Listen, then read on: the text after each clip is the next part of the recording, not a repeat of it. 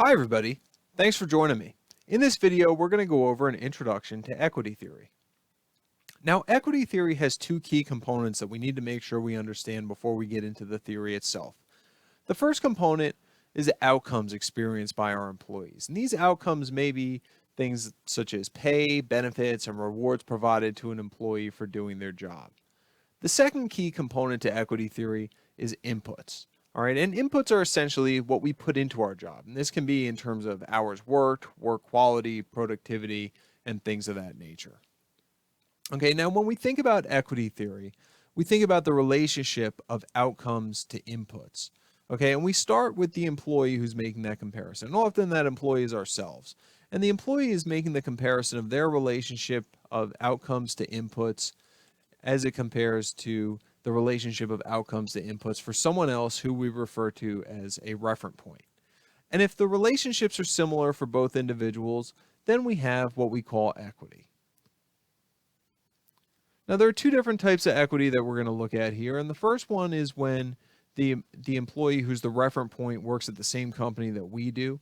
And that's what we call internal equity. Okay, so if the relationship of outcomes to inputs is similar for us and someone else who works in a similar position at our company, we have what we call internal equity. The other type of comparison that we can make is if the employee who we're comparing ourselves to works at a different company, then what we're examining is called external equity. So if the relationship of outcomes to inputs is similar for us and individuals at other companies, we have what we refer to as external equity.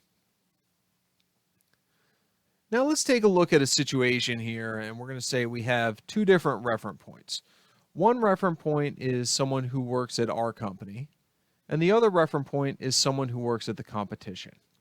Okay, and in this example, we're going to imagine that everybody puts the same inputs into their job, and the reference point in our company earns $60,000 per year. The reference point from the competition in this example earns $80,000 per year. Then we bring ourselves into the equation, and in this example, we're going to earn $60,000 per year. Now again, we said the inputs are going to be assumed to be similar for all three people in this situation.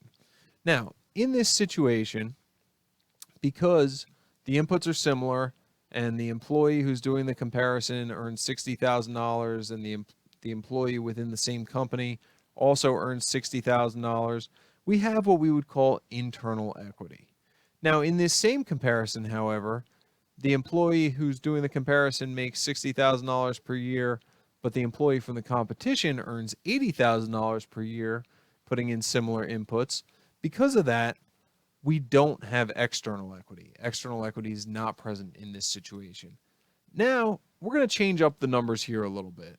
And in our new example here, the employee still earns $60,000 per year, but the reference point within our company earns $80,000 and the reference point within the competition earns $60,000.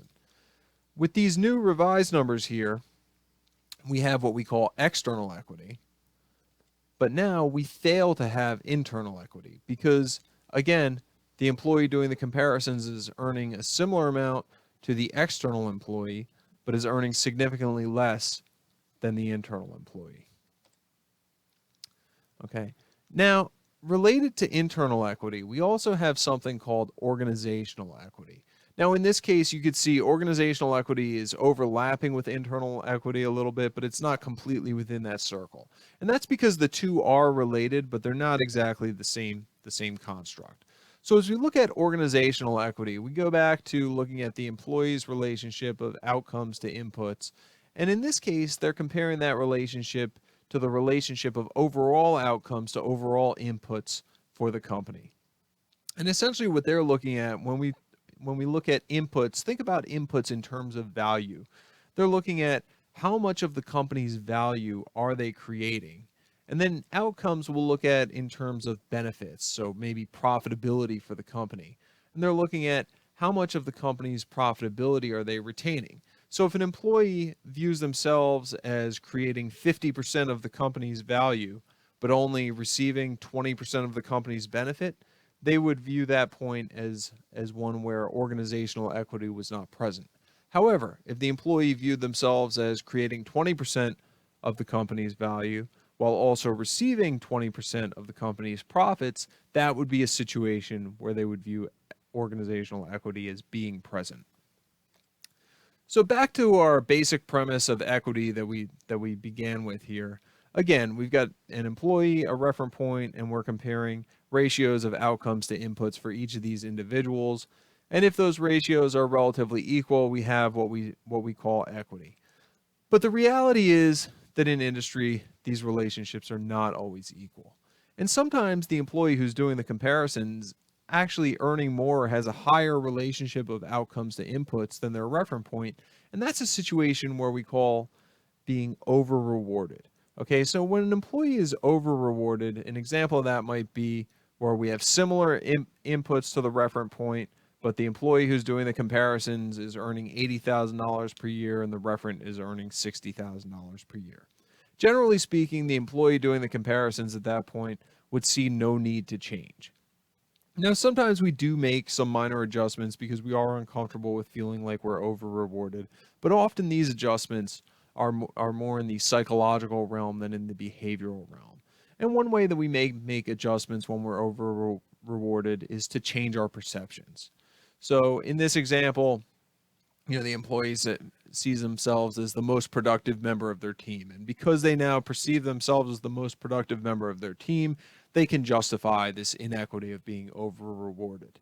It may also change their perceptions about our coworkers, and look at this and say, Bill, the worker over on the right, is lazy and he shouldn't even have a job. So we can justify the inequity that way. Another thing that we may do is we may change our reference point. So rather than comparing ourselves to Bill, who we just identified as someone who's lazy and earns less money than we do, we now compare ourselves to Will. And Will is someone who's earning a similar amount to us, and maybe we don't have such negative perceptions of. So we change our reference point there. But the key thing that I want you to take away here from this discussion of being over rewarded is that when we're over rewarded in our organizations, the adjustments that we make don't typically result in changed behavior. So the employee who's doing the comparisons and sees that they're over rewarded doesn't necessarily feel like they need to work harder or be more productive. They just simply do things to help justify that sense of being over rewarded. Now, conversely, we also can have situations where making comparisons, we feel under rewarded. And this would be a case where the inputs are similar, but we're earning $60,000 while Bill is earning $80,000. Okay. And when this happens, this can be a big problem. Now, as we discuss how we resolve being under rewarded, I want you to remember that equity is based upon the relationship of outcomes to inputs. So as we break this down, we're going to look at, we have the employee on the left who's earning $60,000 per year. The employee on the right, Bill, is earning $80,000 per year. So we have a pretty big difference in outcomes. Okay, but in this situation, we're also going to look at the inputs. And to start, we're going to say that the inputs are the same. And we're going to call them 100 input units per employee. And it doesn't matter what an input unit is. It could be hours worked, it could be energy, it could be effort, attention to detail. But we're just saying that the inputs are similar. So if we calculate out the value of these relationships, we have 60,000 divided by 100, and we have 80,000 divided by 100. Okay, and that gives us 600 over on the left, 800 over on the right. 600 is obviously less than 800, so we could see that the employee on the left is being under rewarded. One way that they may choose to accommodate for this and adjust for this is to reduce inputs.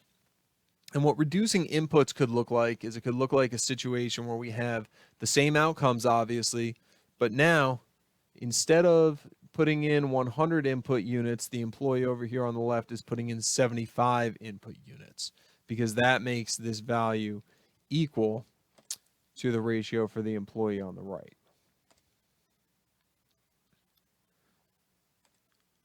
Okay, another way that the employee on the left can compensate for being under rewarded is to increase outcomes. Now, what does it mean to increase outcomes? Obviously, that means essentially that they're just going to take their $60,000 outcome and increase that to $80,000. But how is the employee going to do that? The employee doesn't control their salary. Well, there's a few different ways that they can do that. And unfortunately, most of these ways result in somewhat dishonest behavior. So one is that they might manipulate their performance so that things that that they're rewarded for the only aspects of their job performance that they focus on. They no longer focus on duties that aren't going to result in higher pay.